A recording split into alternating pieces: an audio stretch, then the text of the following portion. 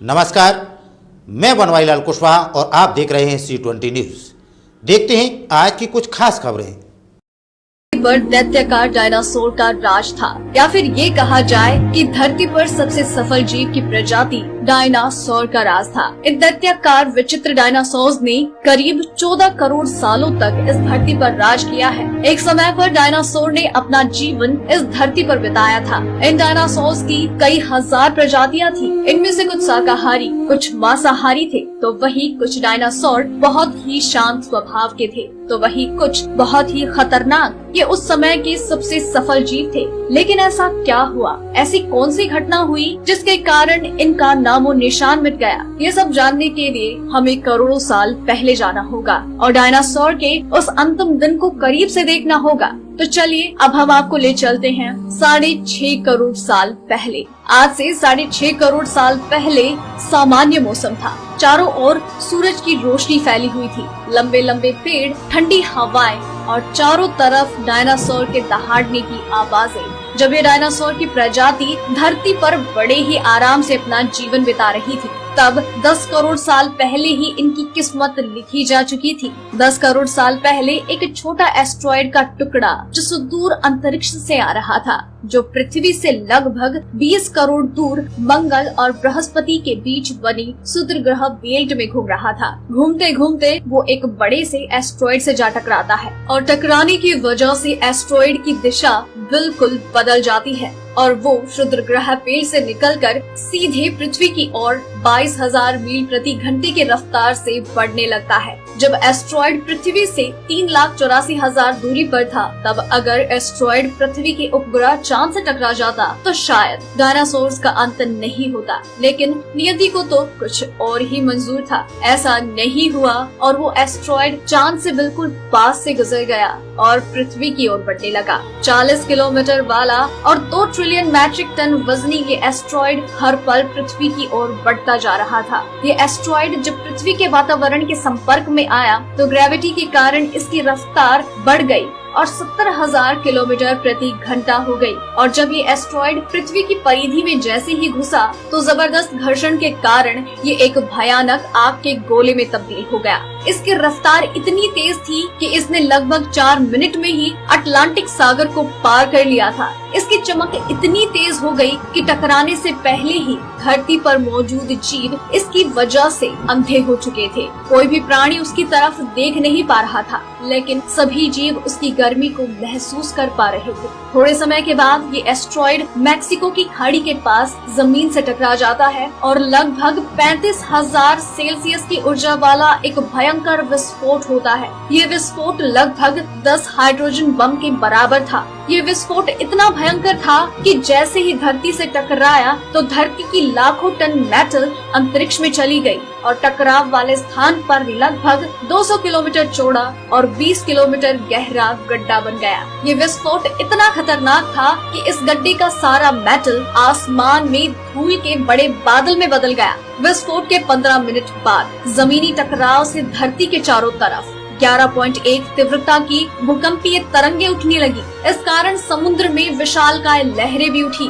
चारों तरफ ये लहरें बढ़ने लगी। भूकंप की तरंगों की वजह से सभी सक्रिय ज्वालामुखी फटने लगे, जिसकी वजह से पृथ्वी पर हर जगह डायनासोर का विनाश शुरू हो गया। इस विस्फोट की वजह से धरती का विनाश आरंभ हो चुका था। साथ ही रेडिएशन की मात्रा इतनी बढ़ चुकी थी कि 100 किलोमीटर के दायरे में सभी जीव जलकर राख हो चुके थे। लेकिन उड़ने वाले डायनासोर अभी भी सुरक्षित थे, हालांकि इनका अंत भी निश्चित था। टकराव की वजह से जो धरती का मेटल अंतरिक्ष में चला गया था, वो 30 मिनट के बाद ग्रेविटी के कारण वापस धरती पर आग के रूप में बरसने लगा। इसके साथ ही धूल का एक बड़ा तूफान 6,000 किलोमीटर प्रति घंटे की रफ्तार से पृथ्वी के चारों ओर मौत की सौगात लेकर बढ़ने लगा। ये तूफान पृथ्वी के चारों ओर चादर के रूप में बिछ गया और इस तूफान की चादर की वजह से काफी समय तक सूरज की किरणें भी धरती तक नहीं पहुंच पाई और तापमान 100 डिग्री से ऊपर पहुंच जाने की वजह से पृथ्वी पर मौजूद पेड़ पौधों का विनाश हो गया। और विस्फोट के 2 घंटे बाद धरती का तापमान 200 डिग्री तक पहुंच चुका था। इस कारण विस्फोट से कोसों दूर डायनासोर भी इस गर्मी के कारण जलकर खाक हो गए। इस प्रलय के कारण जीवों की 80% जाति खत्म हो गई थी और 20% बचे हुए जीवों में से बड़े आकार वाले जीवों को भरपूर खाना न मिलने की वजह से उनकी मौत हो गई। लेकिन इनमें वही जीव जिंदा बच सके जिनका वजन 25 किलोग्राम से कम था। अगर दूसरी तरफ से देखा जाए तो ये किन्हीं और जीवों के लिए फायदेमंद साबित हुआ। बड़ी प्रजाति के अंत से छोटी प्रजाति को बड़ा फायदा हुआ और वो प्रजाति थी मैमल्स की। मैमल्स एक स्तनधारी प्रजाति थी। ये प्रजाति खुद को प्रलय से बचाने में कामयाब रही। गर्मी से बचने के लिए ये जमीन के अंदर रहने लगे थे। हालांकि ये लोग पहले से ही डायनासोर्स की डर की वजह से धरती के अंदर रहा करते थे। ये जिंदा तो बच गए, लेकिन इनके लिए भी खाने की समस्या होने लगी थी और जिंदा रहने के लिए इन्होंने सब कुछ खाना शुरू कर दिया। इस महाप्रलय के बाद बादल छटे, तापमान सामान्य हुआ और जीवन भी सामान्य हुआ। बची हुई प्रजातियों में एडाप्टिव रेडिएशन की वजह से अलग अलग प्रजातियों ने जन्म लेना शुरू कर दिया। करीब 5 करोड़ साल पहले बंदर जैसी प्रजाति आई जो कि सारी प्रजाति से अलग थी। इनकी आंखें सर में आगे की तरफ थी। ये प्राइमेट्स की प्रजाति थी। प्राइमेट्स की इस प्रजाति के शरीर में काफी बदलाव हुए, खासकर की रीढ़ की हड्डी में। रीढ़ की हड्डी का एक भाग जिसे फोरामन मैग्नम कहते हैं, जिसका इस्तेमाल कम होता था और उस भाग में बदलाव के कारण आने वाली प्रजाति खड़ी होकर चलने में सक्षम थी। बदलती प्रजाति के साथ धरती के वातावरण में भी काफी बदलाव हुए। धरती के टेक्टोनिक प्लेट में हलचल हुई और इस हलचल के कारण धरती के 2 महाद्वीप पास आ गए और नए भूभाग की रचना हुई। जब 2 महाद्वीप आपस में टकराए तब हिमालय जैसे पर्वतों की श्रृंखला खड़ी होने लगी। उदाहरण के तौर पर माउंट एवरेस्ट। इन पर्वतों की ऊंचाई इतनी थी कि हवाओं के टकराव से मौसम में बदलाव होने लगे और बर्फ जमने लगी। लगातार जमने वाला बर्फ पानी में तब्दील हो गया और हुआ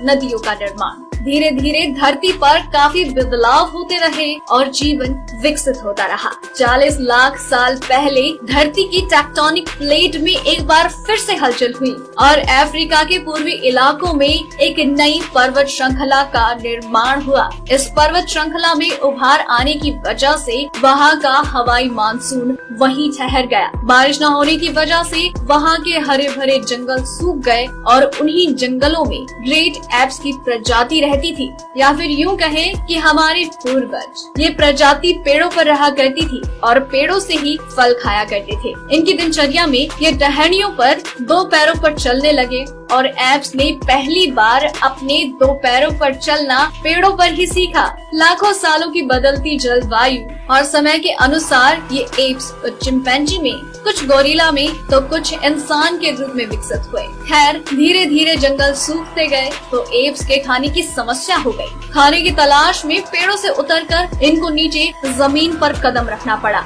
इनका दिमाग एक संतरे के जितने बड़ा था और इनकी लंबाई 4 फीट तक थी। धीरे धीरे इनका विकास होता गया और ये 2 पैरों पर सीधे खड़े होकर चलने लगे। 2 पैरों पर खड़े होकर चलने से हमारे पूर्वजों को काफी आसानी होने लगी, जैसे कम ऊर्जा का खर्च होना, ज्यादा दूर तक देख पाना। इसी तरह शरीर के साथ दिमाग भी काफी विकसित होने लगा। धीरे धीरे हमारे पूर्वजों ने पत्थर का उपयोग करना भी सीख लिया, अच्छा खाना और रहना सीख लिया। आग के इस्तेमाल से वो अंधेरे में रोशनी, गर्मी और जंगली जानवरों से सुरक्षा करना भी सीख गए। मनुष्य जाति की ये पहली और सबसे बड़ी खोज थी। साथ में मांस को आग से पकाना भी सीख लिया। पकाए हुए खाने से चबाने में ज्यादा ऊर्जा खर्च नहीं होती थी और बची हुई ऊर्जा को वो शरीर के बाकी अंगों में काम लगाने लगे, जैसे कि खासकर वो दिमाग में इसका यूज करते थे। काफी मात्रा में कैलोरी मिलने से दिमाग बड़ा होने लगा। धीरे धीरे मनुष्य ने एक दूसरे से कम्युनिकेशन करना सीख लिया। 2 लाख साल पहले इंसानों ने बोलना सीखा था और करीब 1 लाख साल पहले मनुष्य ने अपना पूरा रूप ले लिया था। वो सोचने समझने की ज्यादा शक्ति रखता था। वो हथियार से लेकर आग का सही इस्तेमाल करना जानता था। समय बदलता रहा और समय के साथ बदलाव भी होते रहे। धीरे धीरे इंसान एक महाद्वीप से दूसरे महाद्वीप में जाने लगा। इससे इंसानी जीवन में बहुत बड़े बदलाव आए। इंसान पूरी दुनिया में फैलने लगा। जंगल वाले इलाकों से लेकर बर्फीले इलाकों तक, हरे भरे मैदानों से लेकर पथरीले इलाकों तक इंसानों ने अपनी बस्ती बसा ली थी। जरूरत के अनुसार खेती करना सीख लिया था। जगह की जलवायु के अनुसार इंसानी हुलिया भी बदलता गया। इस तरह इंसान की प्रजाति का जन्म हुआ। धीरे धीरे इंसान समझदार होता गया। इंसान खुद को और बेहतर बनाता गया। कस्बे शहर का निर्माण हुआ। विज्ञान, तकनीक और गणित का इस्तेमाल शुरू हुआ और इंसान काफी विकसित हो गया। और अब आता है आज का समय। ये समय एक तकनीक से भरा युग है। मानव इतिहास में इंसान धरती पर ही नहीं, अंतरिक्ष में भी अपना कदम रख चुका है। जैसे कि चांद। तकनीक और विज्ञान की वजह से आज चांद पर पहुंच पाना संभव है और इसी राह पर इंसान बेहतर तकनीक का इस्तेमाल कर रहा है और बेहतर जीवन जी रहा है। लेकिन हम यहाँ नहीं रुके हैं। हमारा विज्ञान बेहतर खोज और तकनीक की राह पर है। इसमें कोई दो राय नहीं है कि इंसान आने वाले समय में और विकसित होने वाला है। तो दोस्तों, आज इस वीडियो में बस इतना ही। अगर आपको हमारी ये वीडियो पसंद आई तो इसे लाइक और शेयर करें और साथ ही चैनल को सब्सक्राइब करना मत भूलिएगा। और साथ ही अगर आप इसी तरह की और भी वीडियोस देखना चाहते हैं, ऐसी और भी कई जानकारियाँ जानना चाहते हैं, तो चैनल को सब्सक्राइब करना मत भूलिएगा और साथ ही बेल आइकन को जरूर दबा दीजिएगा ताकि आपको हमारे चैनल से जुड़े सभी नोटिफिकेशन मिलते रहें, ताकि आप हर एक खबर से टाइम टू टाइम अपडेट रहें।